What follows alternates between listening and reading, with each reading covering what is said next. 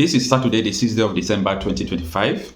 The report coming is that the Nigerian military jet crashes in Niger State community, and we pray that it is not Boko Haram or ISWAP that shot it down, okay? But the report we are having is that one of the military jet crashed in Niger State. And the most interesting thing about this crash was the two pilots that were inside survived this crash. You know, it's very difficult to survive a military jet when it crashed. Very difficult to survive, but could this be a miracle or is there anything we don't know? I am very happy for the life that survived because these people are now going to tell, the stories of what transpired. What happened before the plane crash? Was it shut down? So we wait for that to, hearing from the Nigerian Air Force. I'll be monitoring their website and their handles. I'm yet to see that they are posting it. Okay, maybe they are trying to get more information, like what we are also doing, trying to put on, investigation to actually understand what transpired. But as you can see, other news media has been reporting it, like SaharaReporters and so on and so forth, and it is a breaking news. So we don't know what caused it, but all we know is that we are happy to see or to hear that two people inside the fighter jet survived. So let us wait for them to tell us what actually transpired, what made this jet to crash this evening, being Saturday, the 6th day of December 2025.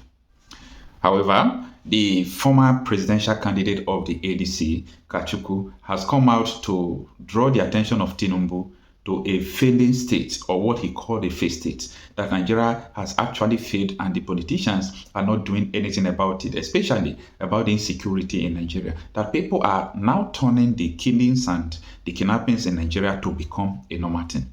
Take a listen. Dear President Bola Ahmed Tinubu, it is with a heavy heart that I address you and my fellow Nigerians today. Before I start, it's important to say that as a Nigerian and a member of the opposition, my loyalty is to country, flag, and constitution. And you, as the primary symbol of our flag, have my loyalty and support to the extent of your obeyance of our constitution. Having said this, my dear President, I want to tell you what you already know. The state of our nation is not good. The blood of the innocent is being shed daily in Nigeria while kidnapping and banditry are commonplace. Granted, you inherited this, but this should no longer be an excuse. At this defining moment when our dear nation is being ridiculed on the world stage, you should be the president who tells Nigerians the truth about this never-ending war that has cost us billions of dollars in taxpayers' money. Are you the president who will give the Nigerian people the real facts and figures on those who have been killed in this war, their tribes and religion, and the names of their communities? For those who have been displaced, what has happened to their communities? As rumor has it that their communities are being renamed and occupied by the same people who slaughtered and displaced them. Is this a conflict between farmers and herders, or is this a land grab disguised as conflict between farmers and herders? 4 presidents have come before you since this war started, and none of them told us the truth about what is really going on. John F. Kennedy said, and I quote, "A nation that is afraid to let its people judge the truth and falsehood in an open market is a nation that is afraid of its people." Mr. President, the time has come for us all to know our enemies and their motives. Is this a religious or political war? Who are the sponsors? We are tired of innuendos and threats of exposing those behind these terrorists. Surely you owe it to the people to expose and prosecute them, if they are known. We are now being told to forgive and grant amnesty to bloodthirsty terrorists. Can we forgive those we don't know? The oath of every public officer, every soldier, is to country, flag, and constitution, and not to tribe and religion. Treason is when some of those entrusted with the protection of the fatherland decide to protect terrorists because they are kith and kin, or because they share the same faith. You owe it to Nigerians to go after these saboteurs. The Nigerian people need to stand as one in this fight. But how can they when the government won't define this enemy or act decisively in the face of the obvious? Nigerian soldiers who once brought peace and pride to other warring nations are now being called cowards. How did we get here? This is Nigeria we're talking about. Who has brought the giant of Africa to her knees? Mr. President, we are ready as a people to face and fight any enemy, but we need you to tell us who the enemy is. We can no longer play politics with the lives of Nigerians. We must also remove the business from this war and face the business of war. The greatest threat to the morale of any soldier is knowing a few individuals are profiting from defense contracts while they risk their lives on the front line. My dear President, let me conclude by saying the following. There's no individual or group of people bigger than our nation or our laws. Your weakness is our weakness. Your strength is our strength. Your failure is our failure. Your success is our success. Napoleon Bonaparte said, the world suffers a lot, not because of the violence of bad people, but because of the silence of good people.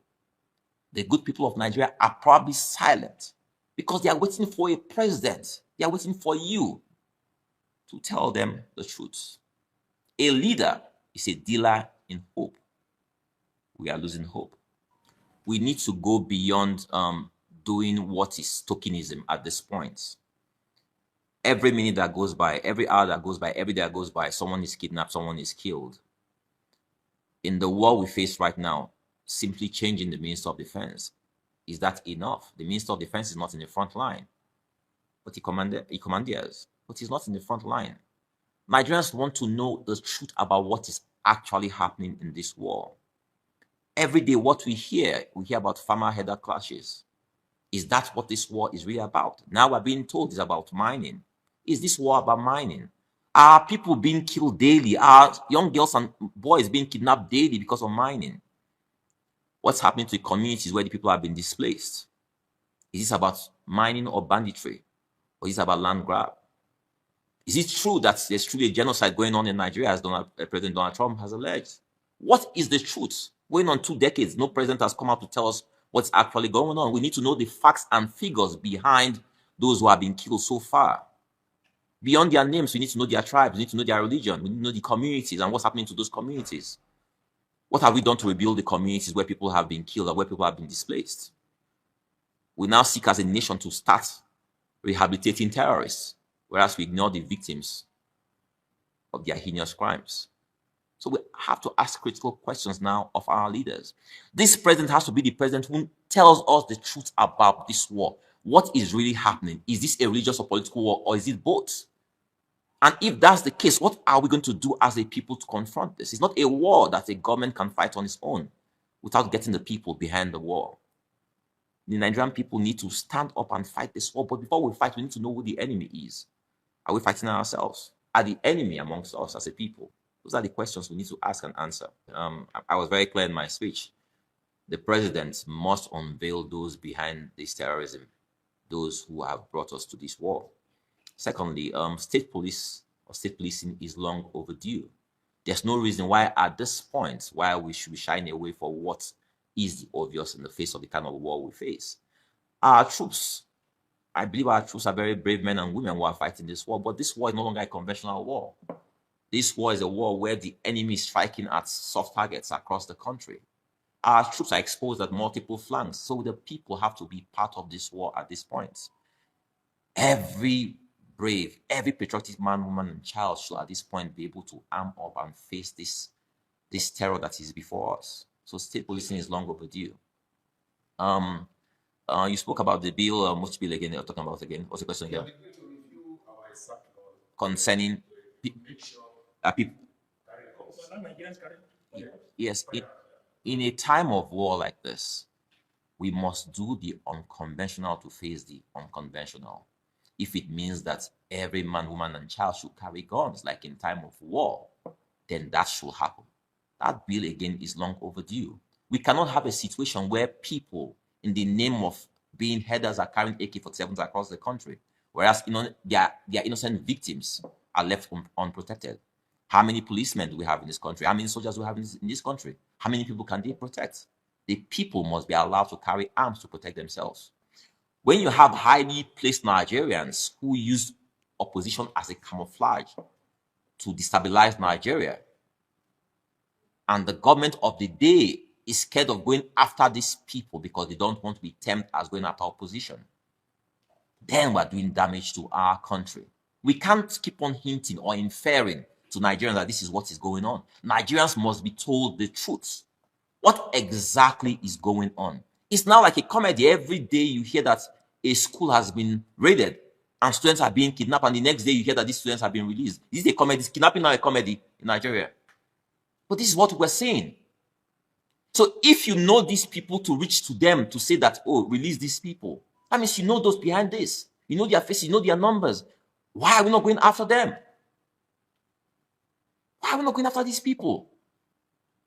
We cannot be seen as a people, as a government, to condone the killing of our soldiers or our citizens. And we know these people, and then we don't go after these people for reasons best known to the government of the day. This president must be the president that finally unravels the truth behind this war. Let's know who we are fighting. Let's not send innocent people out to fight a war that they don't know who they are fighting. You can't be fighting a war and the person next to you is the actual enemy. As we're now being told,